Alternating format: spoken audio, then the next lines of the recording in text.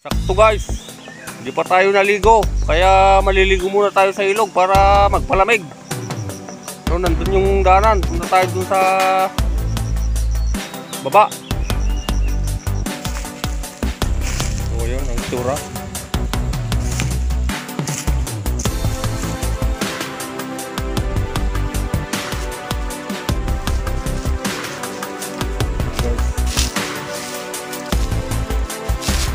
Ganda ng araw, summer na guys.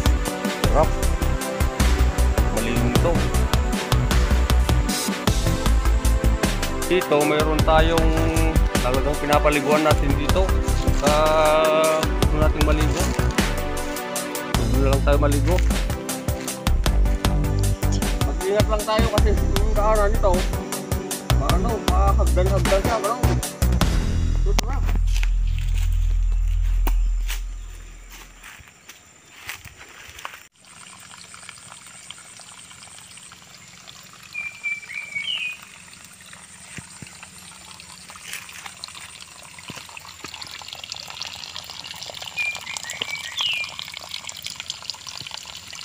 So ayan guys, pwedeng inumin yan. Malinaw yan, galing doon sa taas niyan. Doon. Filter dyan. Na-filter yan guys. So itsura dito.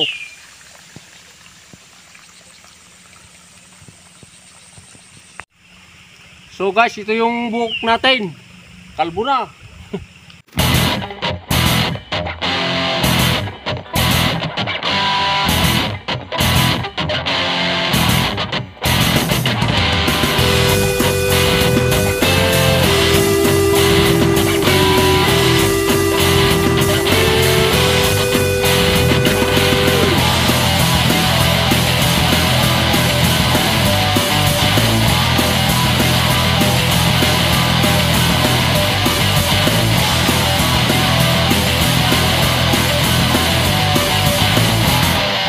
Ayun guys, na malamig na tayo. Ang gagawin kasi natin ngayon, manguha tayo ng panggatong kasi kahit naman maraming kahoy dito sa amin, kung hindi tayo nanguha ng kahoy na panggatong yung talagang tuyot na, wala rin. Kaya ang ginagawa namin nito, iniipon na namin pag ganitong summer para pagka maulan na naman guys, marami na tayong panggatong. Kaya doon samahan nyo kami para tignan natin ang buhay natin doon, kasi bundok yun guys. Bali doon tayo kukuha, medyo malayo dito sa amin yun, doon sa may pinagtatamnan namin ng palay yun, kaso malayo doon sa bahay natin. Kaya tara guys.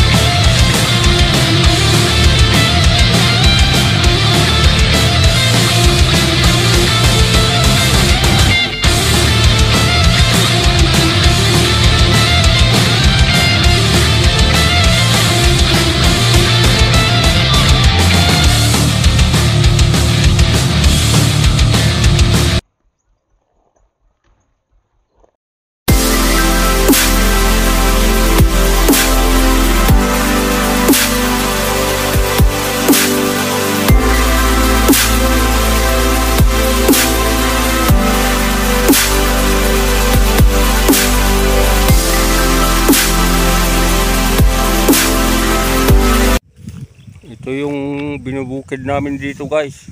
Mula dito sa kinatatayuan ko, dito papunta doon hanggang doon.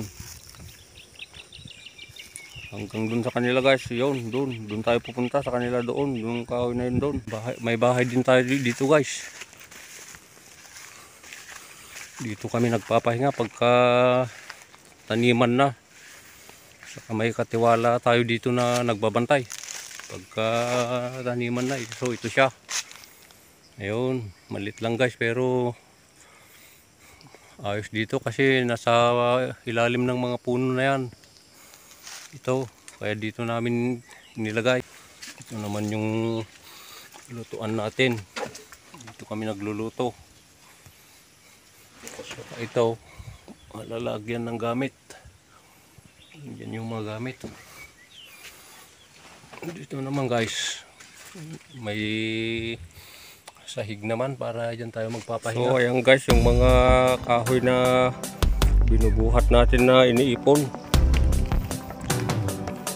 Para may panggatong tayo guys. Kasi mahirap dito pag hindi tayo nag-iipon ng panggatong guys. Kasi nung bagyo to, ang kahoy na to, natumba guys. Natumba na itong mga kahoy na to. Kaya ang gagawin naman natin, sayang lang din naman. Ipunin na natin guys para panggatong tayo.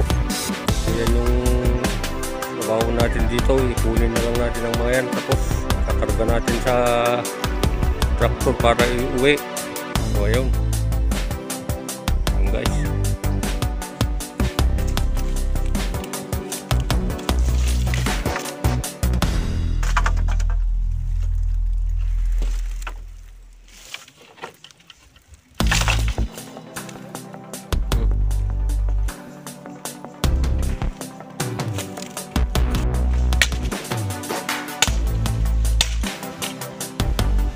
Mga malilit na bahay dito guys, pero hindi talaga yung bahay yan, yung silungan lang pagka ulan, yung mga nagbubukid dito kasama natin magbukid, kaya yung bahay nila nandun. Isa dyan, mayroon pa dun guys, yung banda. Yun, maganda yung lokasyon guys ng pinagbahayan nun, no? Kasama din natin nagbukid dyan, kaya kailangan natin kung nandun pa siya kasi ibang baryo nung may-ari niyan. Kapitan natin guys. So dadaan tayo sa Pilapil, punta dun sa kanya kasi yung nakaraan kasi na anihan, hindi ako napunta dito, hindi ko na-video to. Ngayon lang ako pumasyal kasi nga kukuha lang kami ng panggatong guys. Punta tayo dun. Ayun.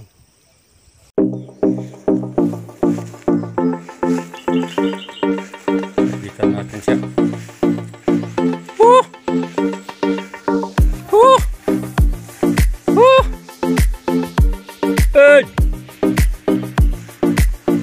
Andun siya guys, malayo siya. Ito guys, yung kanyang bahay-bahay dito. Maliit lang to guys, kaso ayos naman, oh. Sarap magpahinga dito. Ito naman yung kanyang nilulutuan. Yan, pag-ihawan niya. Yun. Nagamit niya guys. Cute ng bahay niya guys, oh. Ang ganda. Mas maganda pa dun sa bahay natin. Malit lang siya, pero sabi niya kasi kanina na pagka nandito siya na umuulan, kung saan lang siya sisilong. Yun. So kompleto yung gamit guys. Ito yung, ay naku, dalawa yung lutuan. May lutuan siya dyan guys. Sa labas may lutuan pa siya doon. Okay si kapida. Ayun. Kahit hindi na siya uuwi sa bahay nila guys, may tulugan na siya. O, ito yung loob. Ayun, ang ganda. So, ang ganda, oh.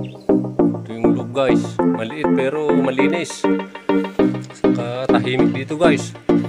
Yun ang kanyang pagsilawan. Ewan ko kung anong ano yan. Anong Tagalog yan. So yun guys. Dito maraming mga tanim na sari-sari.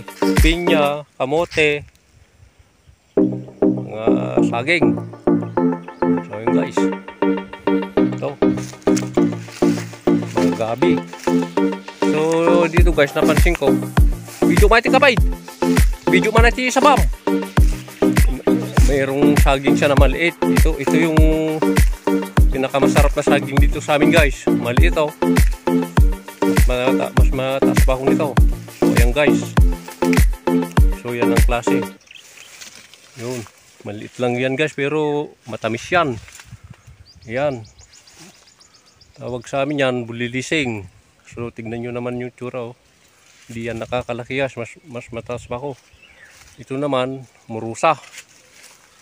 Ewan ko sa Tagalog yan guys. Murusa yan. So puro matatamis naman yan. So ang ganda guys. Ang ganda dito sa nagpatayo niya ng bahay. Ito si Kapid guys. Mabait to na tao. Nag-iisa lang siya dito. Iwan ko bakit hindi niya sinasama yung asawa niya.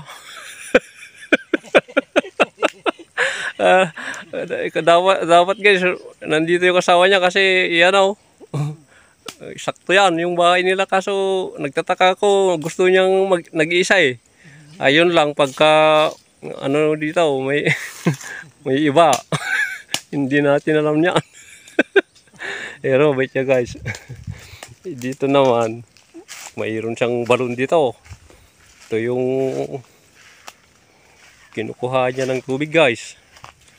So ayan oh. Yun. Yan guys. So yan. Oh, ang ganda. Sa kanya mga kamote tanim niya. So tahimik dito guys. Tahimik dito sa kanya. Dito may pag may isda dito siguro siya nagkakaliskis. Sangkalan ba yan? Yung alam yan guys. So yun. Ganda ng location guys. Mahangin. A few inches later. So ito si no guys, si Kapid. Yung Kapid kasi ang tawag sa amin parang kamag-anak din guys. Kaya Kapid.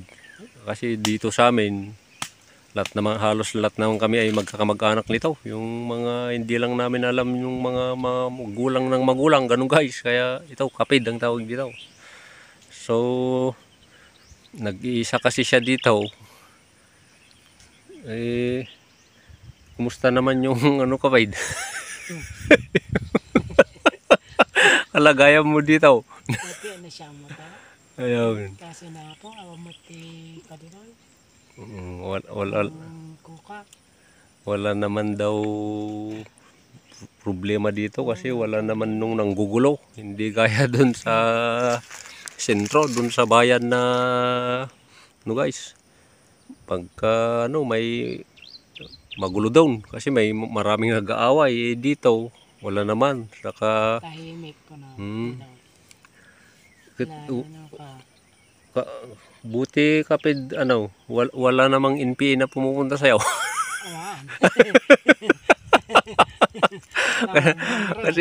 kasi guys siyempre ano dito bundok dito. baka namang may NPA na umaligid baka mamaya helicopter ko naman pwede ka na yun kadto magibas. Yun guys kasi may airport dito kaya helicopter daw nung ano palagi dito saka mga airplano. Kaya pero sa mga rebel din na yan guys huwag tayo dyan kasi wala yan may ano sa pamilya natin yan. Lalong ano lang, iiksi lang yung buhay natin dyan. No pa, ano kami mat naragsak mo dito. Masaya daw guys pag marami tayo. Kasi nga lalo na kung ano yung kailangan Kapid. siyempre may kailangan tayo para sumaya dito. Yung pinagsasangwan natin, ano yun? Pagsama-samaan lang po namin. Yung ano, yung Jane. Lalo na kung may Jane, guys. Ito, masaya dito. Yun ang liwangan namin dito. Pagka hindi naman yung sobrang talagang maglasing. Ayun, masaya dito kasi ang kaligayahan namin dito, dapat may alak din. So, ayun guys. Minsan lang mo po namin. So, wala ka bang gustong batiin ka, Paid? Mag-hi ka na lang sa mga kababayan natin sa Kulate. Kaway muta. Oo. Sabi mala na kita. So, ayan kami. Ayan guys. Hi. Ayun. Shout out na lang daw sa mga kababayan sa Kulate na nanonood. So, yung guys, ang buhay ni Kapid dito. Mag-isa pero masaya naman. So, ayan yung bahay niya. Yan. Yung kahoy na yan guys, parang yung kahoy dun sa bahay natin, dun sa pinagmaysan natin na namumunga. Ang ganda ng bunga niyan guys pagka hinog. Lapitan natin at tignan natin yung buhay. Pakita ko yung bunga niyan, iba yun na yung kulay.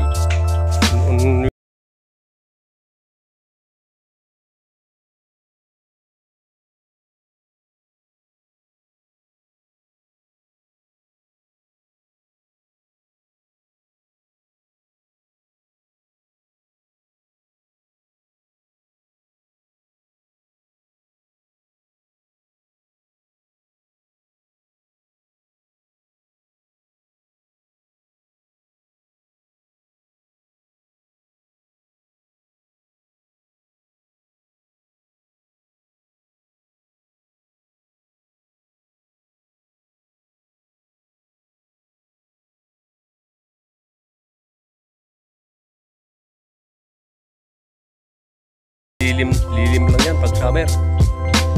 Ayan. So ito guys, kumain na pala sila kaya tayo na lang yung kumain. Naantok na ako. Kain. Yung ka na. Ito yung pan natin. Napasok na ako sa Ito kwarto. yung papaitan na Joy, Pwede ba, ulam Pete? natin. Tama na! mahal Kasi mo tayo ba na lang ako? yung Kasi ako, mahal na mahal hindi pa rin pa kita. kumain. Ay, si General. Ito nagpapahinga na kasi Masaya. sila. Isang saludo. Ang karin ka Tulong dito na pa. ako. Good night. Ayun, madalo. Papadudod parang nawawala na rin ako sa katinuan, pero ang pinangahawakan ko na lamang ay yung nararamdaman ko para kay Joy. Hindi ako nagsawang kausapin siya palagi at minsan ay pinipilit ko siyang mamasyal at kumain sa labas, pero parang wala naman akong kasama kahit pa May mga pumapayag dugo pa. siya. Sa gabi naman ay isang kama nga ang inihigaan namin, pero ang pakiramdam ko ay nasa magkaiba kaming Papaitan kwarto. nga baka no ka. Palala ng palala si Papaitan Joy. nga Nabalitaan ko na rin na nagbibisyo na siya at gumagamit ng bawal na gamot. Sinubukan ko Guys, siyang pigilan pero papaitan hindi na nagpaawa. kalabaw daw. Kinausap ko ang pamilya ko na Tayo na lang kasi yung Kinausap hindi ako pa ng kumakain. pamilya ko na hiwalayan ko na si Joy dahil wala na raw patutunguhan ng pagsasama namin yon, pero hindi ko sila pinakinggan. Hindi ko kayang iwan ang babaeng pinangakuan ko ng aking pagmamahal. Tinuloy ko papadudod ang buhay kahit na alam kong hindi na normal. Tuloy pa rin ako sa pagtatrabaho dahil kahit na ano pa Hey man guys, ang masarap. pinagdadaanan namin ng aking asawa, Sarap. hindi naman makikisama. Guys, tulog na sila kasi mahilig sila sa mga drama na yan. Kaya ayun, tulog na sila. Babe, Tignan natin kung anong paborito mong pagkain. sitwasyon nila guys. Para sa'yo. Kumusta? Pag magaling ka na, magkaka-baby ulit tayo. Naalala mo dati, di ba sabi ko sa'yo, dinidinig ng langit ang mga dasal ko. Di nga lang agad-agad pero sinasagot niya. Naalala mo sabi ko, pinagdasal ko na sana dumating ang isang tulad mo sa buhay ko. Di naman ako binigo at nakilala kita. Nung nakilala kita, pinagdasal ko naman na sana maging tayo. Tinapad uli. At sinagot mo ko. Sana makita ko na ang baby ko, no? Alam mo, babe, ngayon, sobra-sobra pagdarasal ko na sana bumalik ka na sa dati. Na sana gumaling ka na. Matagal-tagal ka na rin dito eh. Namimiss ko na yung bahay na binili sa akin ni Vic. Namimiss na kita. Namimiss ko ngayon tayo.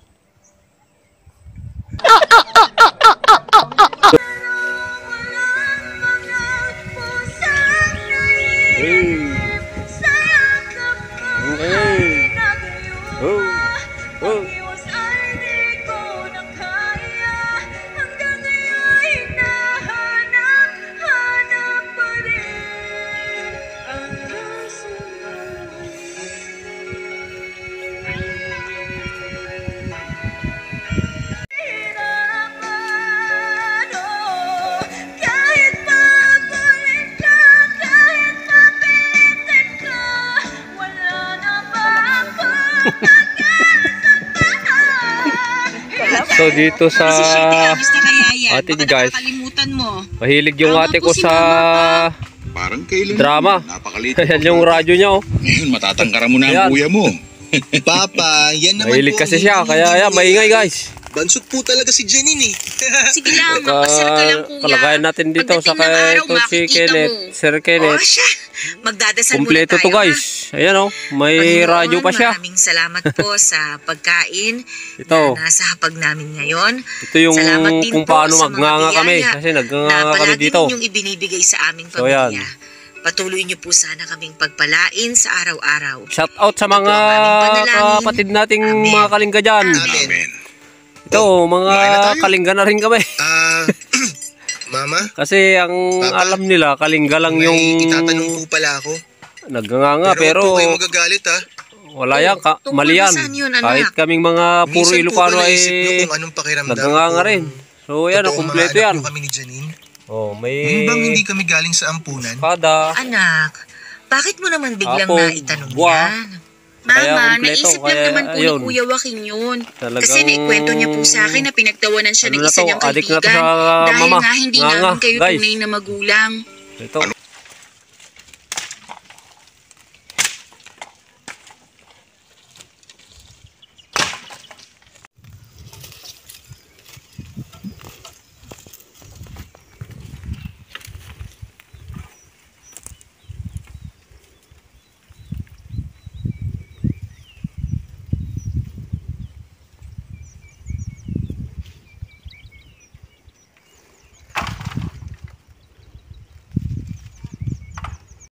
So ito na yung naipon nating mga kahoy guys na kinuha natin sa gilid-gilid.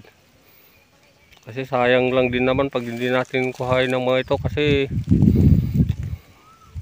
mga ito nabagyo noon. Yung mga natutumba na mga kahoy kaya ito. Bubuhatin na lang to, i-tractor na lang natin to guys pauwi. Kaya ito. So ayun, ayun sila. Uwi na tayo guys. So ayun guys, uwi na kami. Ito. Ganito ang buhay dito sa amin. Kahit mahirap, masaya pa rin guys. Sanay na kasi kami sa ganitong buhay. It's my life. It's my life. I got dirty, dirty, dirty, dirty, dirty. It's my life. Now I'm shopping, shopping, shopping, shopping, shopping. It's my life.